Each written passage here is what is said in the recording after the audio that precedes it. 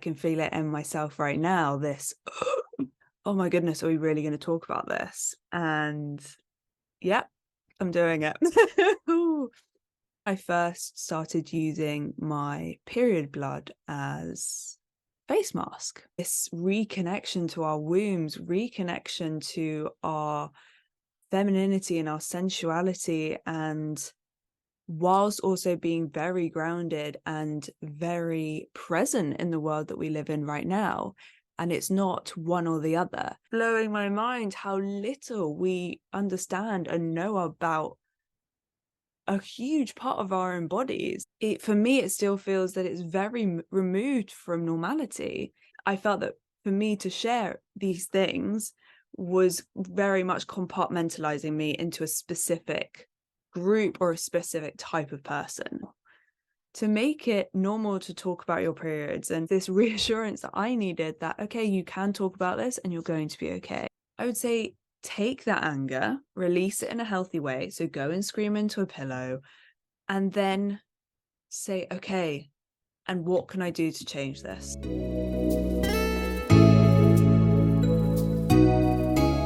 Good morning. It is 5:35 in the morning and I've been up since 1 o'clock in the morning after 2 hours sleep because I've been wide awake since then, and currently watching the sunrise, and oh, the clouds are absolutely gorgeous. I feel that clouds make sunsets and sunrises that little bit better. It's almost like marshmallow pink and purples. I'm recording a time lapse of it, so I'll be able to share that as well. And the moon is out on my right hand side, so I've got the sunrise on my left and the moon on my right. And this was an episode that I didn't realize was quite so prevalent for me, or a topic that was quite so prevalent for me. And it has come about over the last few days and weeks and months probably. And it's all about shame. And you know, when you look back at things and you can see how it all connects, how all the dots join up. And today or this morning, whilst I haven't been able to sleep, so many of these thoughts have been popping up, and they're pretty destructive thoughts. They're pretty limiting, and they're not helpful in any way whatsoever. And me being me, I love getting to the root of things. And I was really doing my best I was kind of lying there doing my best to fall back to sleep, but trying to find the root of these things. And for all of them, it was this shame. It was this feeling of complete and utter shame. And I came up to the kitchen, made myself something to eat, and I've got my tea. And I just started writing because I went, wow, this is big for me right now. And what came up was this huge feeling of shame. And I kind of want to talk you through it, what kind of spurred that on for me, because I think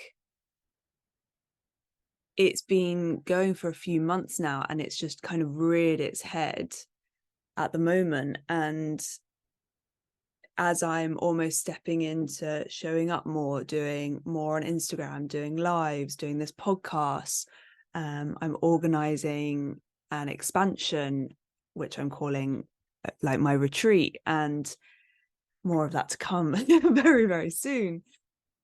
However, as I step more into my own power and I become more visible and I'm making myself more visible, and at the end of the day, that is my choice. And I'm not saying that we all have to do this at all, but this is what my intuition is leading me to. And hence, as you all know, I'm not going to ignore it, or I'm going to do my best not to ignore it. But it's just been brewing, and it's little things that have kind of popped up. So for me, it kind of first started when, and yeah, I can feel it in myself right now, this oh my goodness, are we really going to talk about this? And yeah, I'm doing it.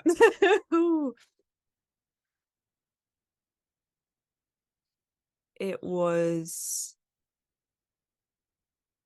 okay, yeah, we're doing this. I was about to apologize again, but I'm not going to apologize for taking my time.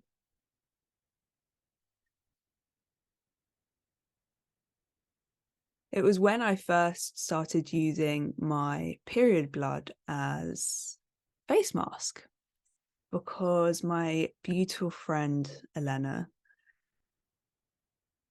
we were talking about it, and she is this incredible wild woman, and she is so unapologetic and in who she is, being a woman, being in her feminine, what she does, how she does it, and it's incredibly inspiring. And I remember we were talking about kind of menstrual blood masks, and I think I'd already started doing it because I'd actually heard this woman called Chloe, who's actually also got a podcast out at the moment, and she invited me to this, yeah, I guess that's where it kind of started. She invited me to this workshop that she was hosting, all about your menstrual cycle and your energy levels within it and your hormones, and how you can work best with your menstrual cycle rather than against it.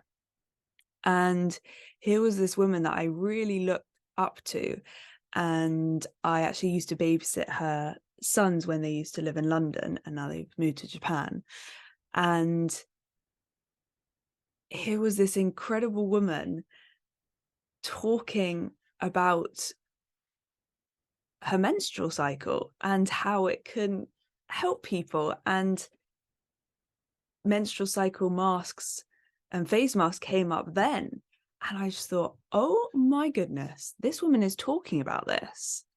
And it was this moment of, and there were so many other women in that call, and loads of, and it was just, the feedback was incredible. And I just thought, wow, okay, people are talking about this. This isn't this, we don't all have to be these hippies and I don't know, like, as I said in my first podcast, like, live in the jungle. And, you know, we are integrating this kind of life and this reconnection to our wombs, reconnection to our femininity and our sensuality, and whilst also being very grounded and very present in the world that we live in right now. And it's not one or the other, it is, we get to do both. And so that was the first step in my, yeah, and I can't remember, that was maybe a year ago now, and that was kind of probably the first ping. And then the second one was actually talking to Elena about blood face masks, and how I think I'd started doing it from watching that group workshop, and then I was already talking to Elena about it, and then she actually turned up to one of my moon circles that I was doing last year on Zoom, with blood on her forehead. And there were other women in the group, and there was a part of me that felt, oh my goodness, I can't believe she's done that. And I can share this because I've shared it with her. And there was this real tightness around me, around everything. Like, there was almost this kind of contraction, but it was this, I really like, wow, that is absolutely inspiring and incredible. And actually it shouldn't be any of those things. It should just be completely normal and not even considered, versus also being very triggered. And I realized that it was kind of this feeling of I didn't feel safe doing it myself, and I wouldn't feel safe doing it myself and showing up in a group environment like that. And then the next situation was that my friend M has lived in Mexico for the last 8 months, and she was doing all of these yoni workshops and womb reclamation and womb healing workshops. And it was, again, incredibly triggering for me. She was posting these yoni portraits on her Instagram stories and on her posts. And this is, again, why I'm sharing, because it is out there in the world for anyone to see. And I remember thinking, oh, Em, is that really necessary? Like, do you really need to post about that? It's a bit much, isn't it? And I felt so much shame for thinking that. I felt so, yeah, oh, really, Ola, is that what you're thinking? And so I was having these two ongoing conversations in my head. This one part of me that really, again, wanted to step into this and was, wow, that should be so normal.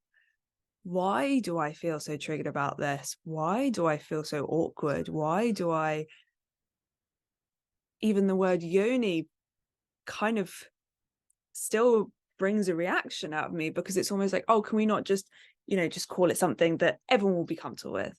And when I think about who is everyone, for me, it's men. Sorry, guys. But it's,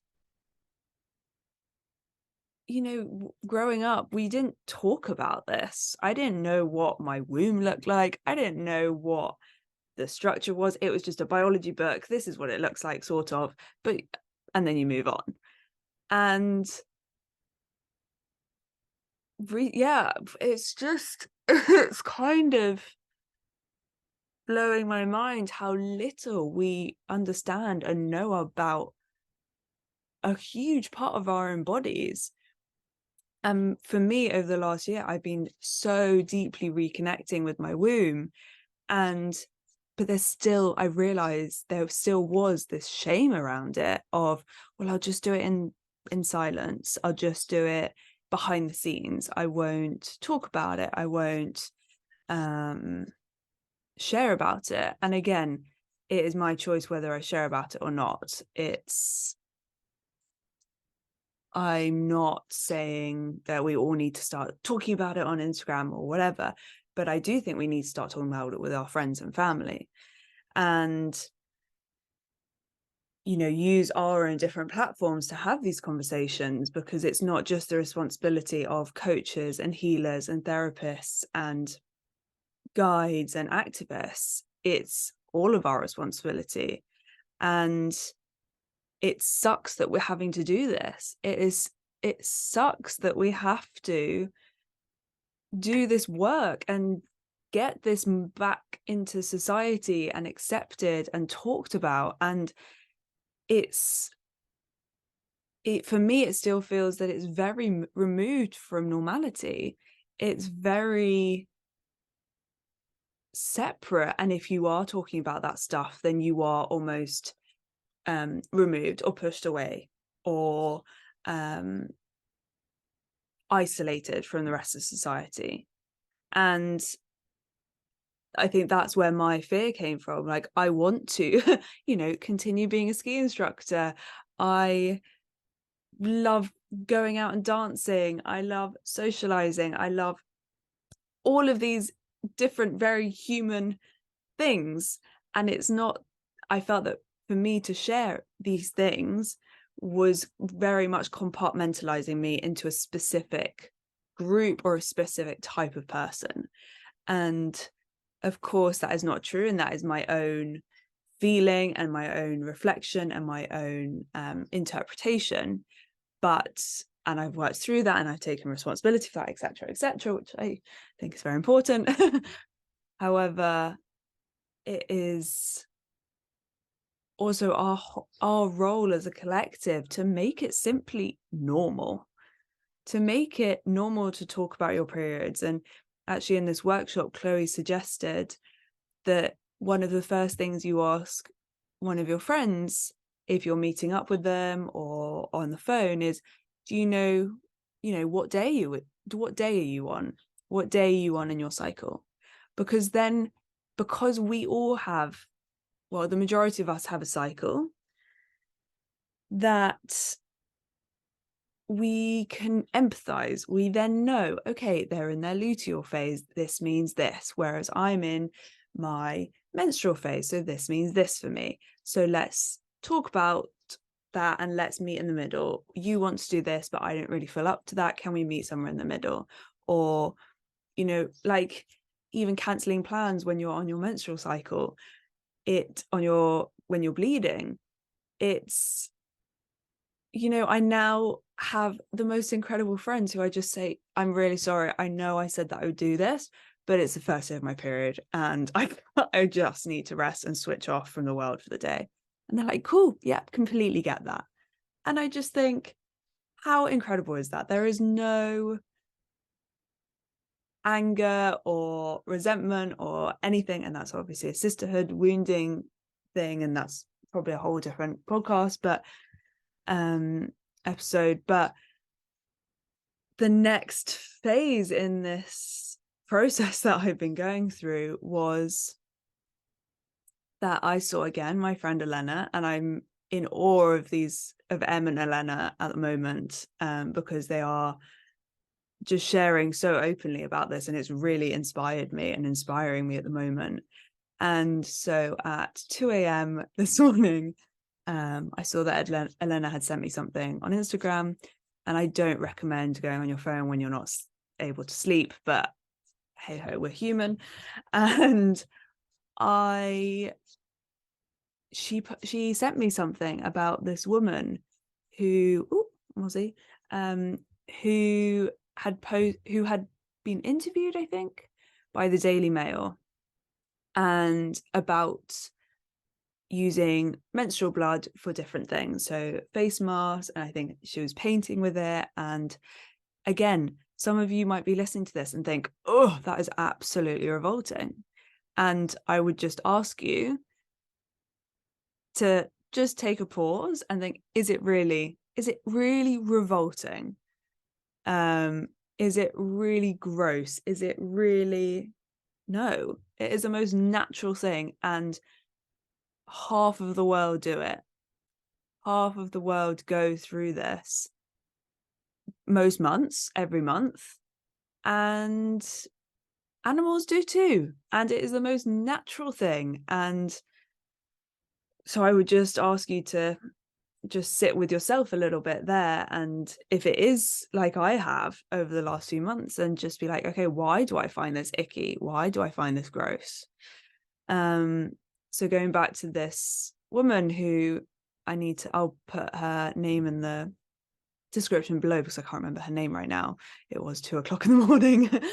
And she was very honest about how the article had made her feel, and how it had been taken by other newspapers around the world, and she was kind of ridiculed for a lot of it and made out to be this woman who was doing this disgusting thing. And it was almost this message to me to be like, what, again, why do you find this icky? Why do you find this gross? And when I read her caption, it just summarized everything that I'd been feeling.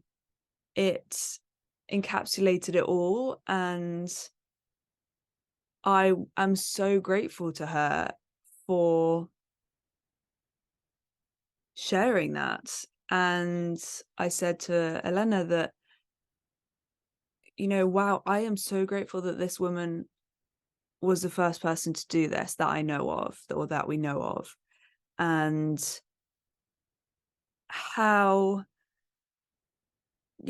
grateful for her that I now feel that I can speak about this. And it took that to see that someone else got ridiculed, went through a really hard time with it, but then has come out the other end so much stronger and fully embodying what she speaks and teaches about.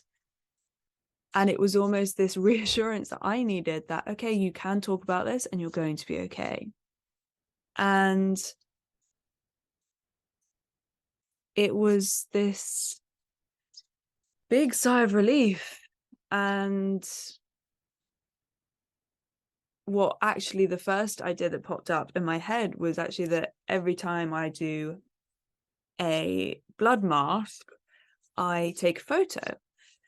And I was going to post it on Instagram with what I wrote about the shame and how I'm 555 and how I'm done with it. And actually, I realized that yes, maybe in the future there may be a time, but right now that is my personal experience. And actually, I realized that there were two parts of me. There was the part of me that was saying, you should post it because, you know, this is empowering and it might be inspiring someone else, and you need to work through this fear. And then now the other side of me, that when I've really tuned into it, is actually the one that said, you know what, this is your personal practice and you get to choose if you share it. And right now I don't want to share it. And it's not because of a fear of being judged, because I feel like I'm really seeing that right now, but almost this, you know, that's just for me right now. And I wanted to say something on that note about Instagram and how I think there's this whole thing now of, you know, we need to be more authentic and we need to share the truth and what's going on behind our lives. And actually, I'm going to call BS on that and say, it is not your responsibility to share everything and anything with the world. If you want your Instagram reels and your posts and your feed to be a memory box of your amazing times in your life, then so be it. That's what I call my personal one, my memory box. And we don't all have to show up and be showing the crap bits of life or the hard bits. Like, why? You know, I think we need to tune into, why are we sharing on Instagram? For me, it's my memory box. And for my business Instagram, it's because I want to share what comes through, and I feel that I'm called to share these things, and that's simply what I'm going with at the moment. Who knows, in the future, Instagram, I may not use it, I may use it more, whatever. But right now I feel that I want to use it, and that's kind of my purpose for it. But I've almost felt this pressure of, oh, I need to share more of what's going on. I need to, you know, oh, I didn't have the best day yesterday, for example, and, you know, I should share about that. And I was like, according to who? Sorry, but what? Like, yes, there's a level of authenticity, but then again, it's coming back to, why are you sharing things? And if it is ego driven, to show off, to, or that whole path, then yeah, that's a different story. But I think we get to share what we want to share, and that's okay. And so I think I just wanted to say that, because I wanted to almost take the pressure off myself, that I don't need to continuously share everything that's going on in my life, because some things are simply okay to be kept personal and for myself. And also that, you know, take the pressure off yourself if you are feeling that at all. And so going back to this shame element, I've actually written a letter that, again, it was going to be a caption on Instagram, and I went, no, actually, I'm just going to burn it. I'm just going to burn it. And it's all about, I'm releasing the shame of being a woman, of having a bleed once a month and my energy levels not being as high as they are at other times of the month, of not being on, you know, I don't want to say top form, because I don't think there is such a thing as top form, but not being as energetic or enthusiastic at different times of the month. I'm releasing the shame of being afraid of talking about my cycle, of telling people that, you know what, I'm at this time in the month, this is how I'm feeling, and about doing face masks with my blood, for God's sake. Like, it's nothing to be ashamed of. And yeah, it is, I'm simply releasing this shame around being a woman, and it's frustrating and annoying, and it makes me angry at times that I even have this shame. And I would love to, if you are a guy listening to this, if you feel shame too, because I don't think I've really spoken to many guys about this, or women, to be honest. And yeah, it's this, I'm so done with it, and it's frustrating, and it makes me angry, as I said, because we've been made to feel like this by the society that we're living in, by the patriarchy. It's, you're not good enough, you need to buy this mascara, you need to dye your hair, you need to shave constantly, you need to wear this outfit, you need to do this, and then you'll be enough. But at the end of the day, you're never going to be enough. And you need to do this fitness program, you need to do this diet, you need to do this, you need to do this, and then you'll be enough. Because apparently, as we are now, we are not enough. And it drives me up the wall. And now, rather than getting incredibly frustrated and angry about it, I am doing what I can, or what I feel that I can do, to change something about it. And it starts with things like this podcast or sharing on Instagram. And my invitation to you is, if you do feel angry about the situation or that the world is in at the moment, or with society or whatever, I would say take that anger, release it in a healthy way. So go and scream into a pillow, go and punch a pillow, stamp your feet, have a tantrum, release it, have a cry, and then say, okay, and what can I do to change this? What can I do so that the next generation of people don't have to feel this? And